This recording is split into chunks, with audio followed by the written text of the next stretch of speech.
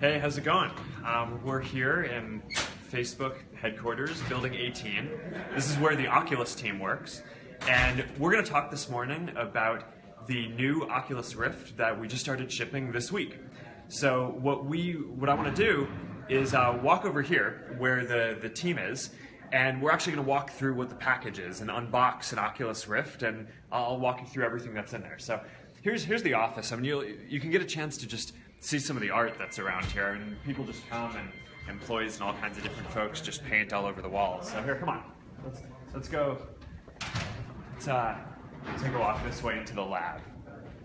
So this is where, up ahead, where the Oculus team works. We have about 400 people working on this now, and hey guys, good morning. How's it going? Good to see you. All right. Over here we have a bunch of different vision labs, which I think is okay. Apparently, I do not have access to go into the vision lab yet. But here is where we do a lot of computer vision work. You can see we have robots for setting up a bunch of this different work. Here, come on, let's keep walking over here.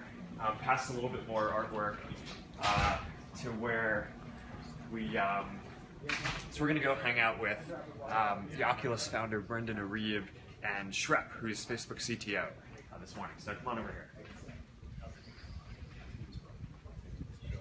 Hey. How's it going? What's up, Mark? Congrats on shipping. Hey. All right. How's it going? Nice to see you. Good. All right. So we're gonna this morning walk through unboxing an Oculus Rift. All right. So this is the package, and Brendan, you want to get us started? And, Sure. And tell us a little bit about what we're going to see here, and then we'll go through the pieces. So this is the Rift, and it has the headset. Inside the headset, we have incredible optimized screens that we've spent a lot of time made for VR OLED screens. We also have optimized optics. We have full 360 tracking, which uses the sensor to do tracking, back of the headset plus the front. And it has a great audio system that gives you 360 audio, which we spent a lot of time on. So overall, lightweight and ergonomic and easy to put on. So, I mean, one of the most important things to deliver a good virtual reality experience is, you know, if you want to really feel like you're there, the image basically needs to render faster than your brain's kind of image works, right, and your eyes work. So, you know, what we basically know from biology is that your eye's image updates every, what is it? It's like 5 milliseconds. Yeah, 5 or 10 milliseconds. So that means that, you know, when you're in this thing, where you have to be able to turn your head and then send that signal to the computer, and then update what you should be seeing on the screen, and then send that and compute all that, what the new scene looks like, send that back to the screen and have it render in less than 10 milliseconds. So that requires a lot of you know, new systems work, software, and graphics work, but also new special screens that you know, there are only a handful of folks in the world who can make this, and that's why when Brendan says it's made for VR, in order to deliver this kind of a comfortable experience, that's what we're talking about here. That's right. Yep. All right. We talked about the audio, how it's, I mean, as you look around, it's not just the scene that's updating, but it's the audio is updating too. So if there's a waterfall going on over there, as you turn your head, you can kind of hear it differently. So Yeah, the positional audio, you want to really hear that the object is exactly where it is in the 360 scene. yeah. So we also have a sensor here. So the sensor you put on your desk, it's really easy. You plug both the headset and the sensor right into the back of your PC. The Rift requires a Windows PC. We have a recommended spec for that delivers a great experience, which is on our website. And it's very easy to just sit on your desk and position facing the headset, and then you get the full positional tracking, what you just talked about. 6 degrees of freedom. You can lean into objects, you can crouch down, you can stand up. It really makes you feel like you're there. You feel fully immersed.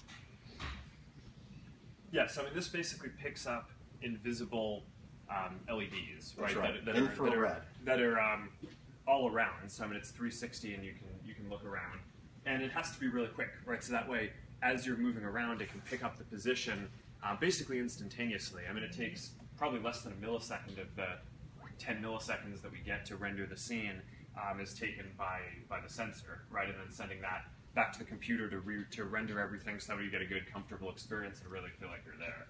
All right, so what else do we have in here? So we have a remote. This is designed to make it really easy to jump right into VR and get started. You can navigate casual experiences. Again, it's a very simple input device.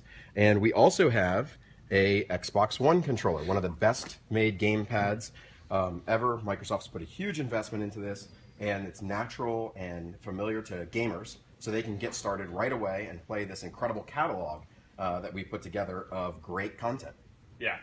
All right. So this isn't live yet, and we haven't shipped this one yet, but we've talked about it. So let's take a look at the touch controller, because this is the next thing that is coming. This hasn't shipped yet, but it's coming a bit later this year. So Brendan just showed the Xbox controller, but one of the neat, awesome things that we're building now is getting not only your vision in VR, but the hands as well. So this kind of works the way that a controller would work. Except in addition, it also is tracked. So you have the sensor, and it can pick up similarly invisible LEDs here. So as you're moving around in VR, you can see your hands, and you can interact, and you can grab things, and I can pick something up and throw it to Shref. Yeah, you can do a fist bump. Fist bump in VR. Yeah, you can play ping pong or tennis or. It's like a natural extension of yourself. It really brings your hands into the game. Yeah, and one of the things that's awesome about it, it's very ergonomic and comfortable. I mean, you don't have to just be holding and gripping something for an hour if you're using it. I mean, you can kind of just let it go, and it just gives comfortable little loops in your hand. So when you want to squeeze it, you can. If you want to pick something up, if you just want to kind of hang out, you can do that. It's super comfortable. It's a really good experience. So we're looking forward to this coming later this year. Yeah, we designed it for long-term play. All right, so. With this launch, even though we're not going to show this right here, there's also a lot of games that are shipping and are ready for launch. We've invested a lot in a lot of the best game studios around the world. So that way now it's 30 games, right, are shipping over 30. on day one, though, right? That's right. And then probably more than 100 over the course of 2016. Yep, we have dozens more in development. These are top, real, full games. These aren't tech demos. These are deep, super immersive experiences that you can jump into and get started. There's really never been a launch with this much content that I can remember, and I've been gaming for a long time. So what are the games that you're most excited about? So The Climb is one of the really exciting new games that's coming out, which allows you to feel like you're actually on a cliff, and you really feel like you're one hand over another climbing up the side of a cliff. And I'm very scared of heights, and so to be able to do that in VR is an experience that I wouldn't have physically because I wouldn't climb up a cliff.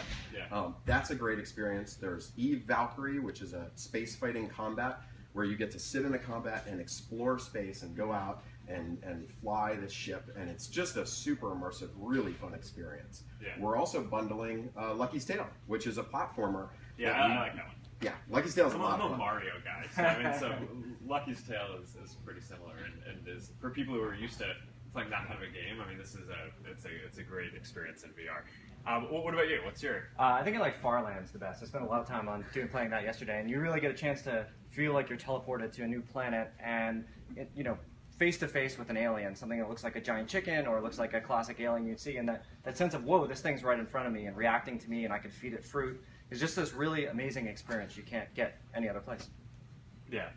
So, I mean, gaming is going to be by far the biggest source of content for the first year or two with Rift. The other big use case, of course, is video, right? And we've already talked about how there's more than 1 million hours of video have been watched in VR in products that we've built with Oculus so far, right? And that's almost 2 million. Almost 2 million now. All right, well, I don't know that yet. So I guess here we go. And we have, so this is a big area of investment for us is promoting and helping to build this whole ecosystem of game developers building VR content and video producers and building all the cameras and things that you need to create really great 360 content around that. So what are you most excited about coming next? Well, definitely touch. I mean, touch coming next for the platform is going to be amazing. It's going to bring your hands into the game. We've heard just a huge amount of enthusiasm from the community. Everybody's saying that it's the best way to bring your hands in. It's the best set of motion controllers for VR. We spent a lot of time investing in it, and they're going to ship later this year, so we're super excited about that. Awesome. All right, so we should take some questions, I think. This is a live, so... So what are you guys asking on the thread? First question is Callie from Malaysia.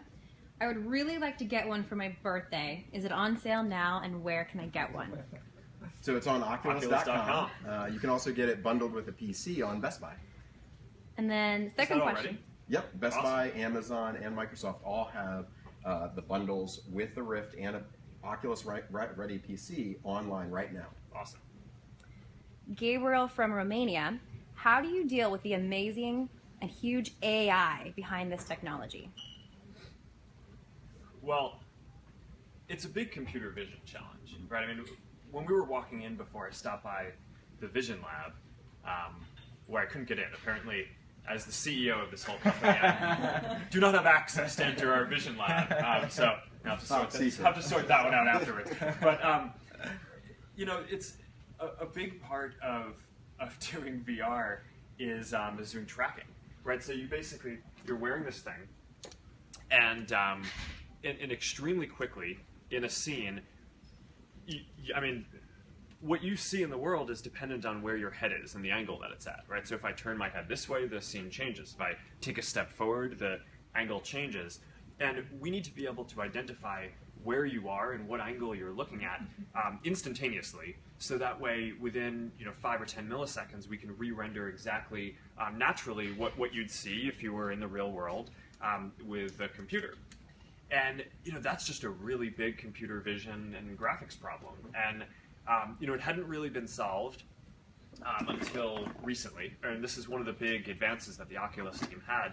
And just to put this in perspective, to be able to do this in 5 or 10 milliseconds, when we got started working on this problem, you told me the story about Carmack early on. When he started optimizing the loop, the amount of time between just when you're using a computer and you hit the keyboard, you made a keystroke, and then the letter that you typed showed up on the screen, was almost 100 milliseconds, right? I think it was like 80 or 90 tons milliseconds. Of latency.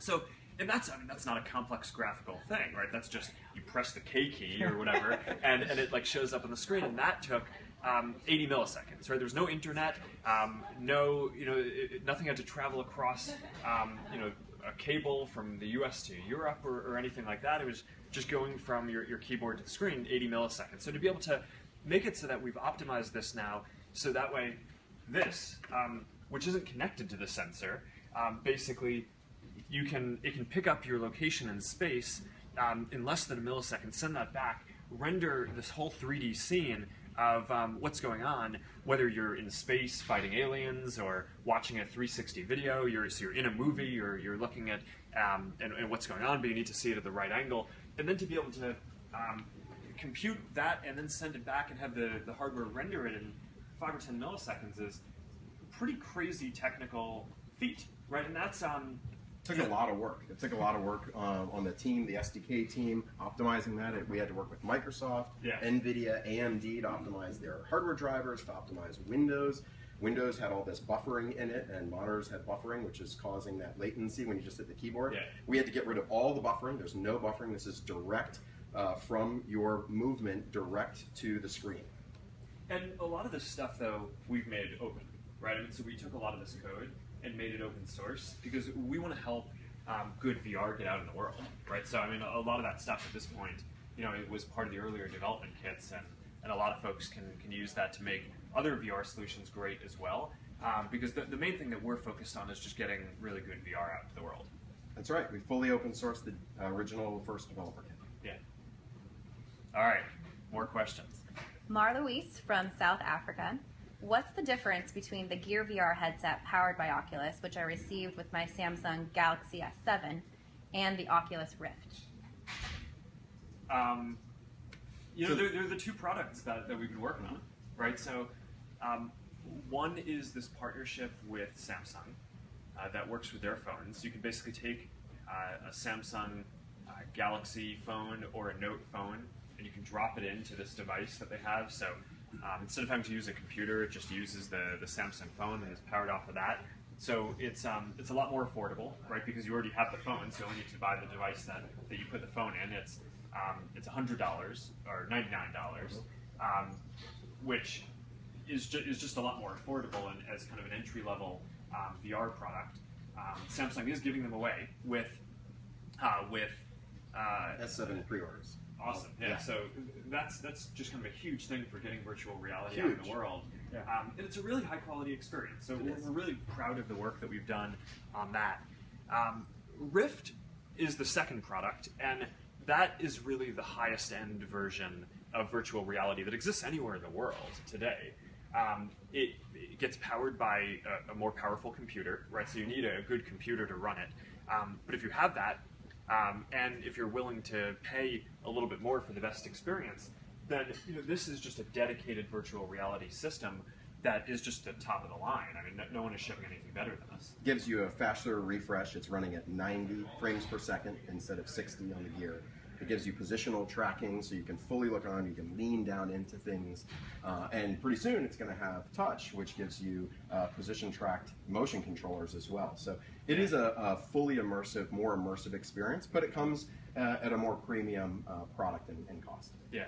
So we're excited about both. I mean, we want to be able to deliver a virtual reality experience to everyone in the world. So in order to do that, we need the affordable product, and that's what we've partnered with Samsung to build so far. It's a really high quality product that everyone should be able to get their hands on.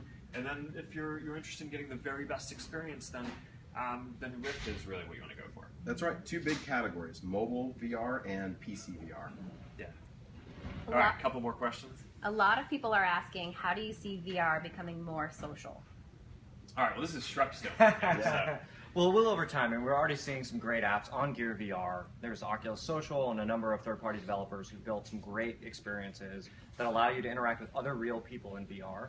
And as we see the technology develop, particularly the hardware, the Rift, for example, has an integrated microphone that's really high quality, integrated headphones. So if you want to be talking to someone else over VR, it's a really, really great experience. So, but it's very early days in how we're developing VR, and as more people get VR headsets and the software progresses, I think you'll see a lot more of these amazing experiences with another real person in VR who may be next to you or maybe hundreds of miles away. I think it's a pretty amazing experience because the whole point of virtual reality, what makes it different, is that you feel like you're there, right? I mean, when we're talking about this, we talk about this concept of presence, right? And the thing that's different about virtual reality from every other computing platform before is when you're using a computer or a phone, for example, you might be playing a game, right? And you're really trying to convince yourself that you're there, right? So maybe you're playing, I really like the game Civilization, for example, right? So you convince yourself that you're actually there in like the city and in the civilization. Or if you're playing some game, a first-person shooter, you convince yourself that you're in that scene. But what virtual reality does is, because it operates at this just very fundamental psychological level, right?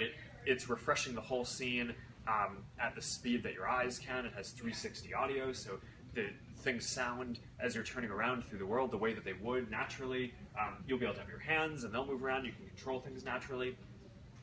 It actually works the other way from normal computing, which is that instead of trying to convince yourself that you're there, you find yourself trying to convince yourself that you're not actually there and trying to convince yourself that it's not a real thing, which is kind of this trippy experience.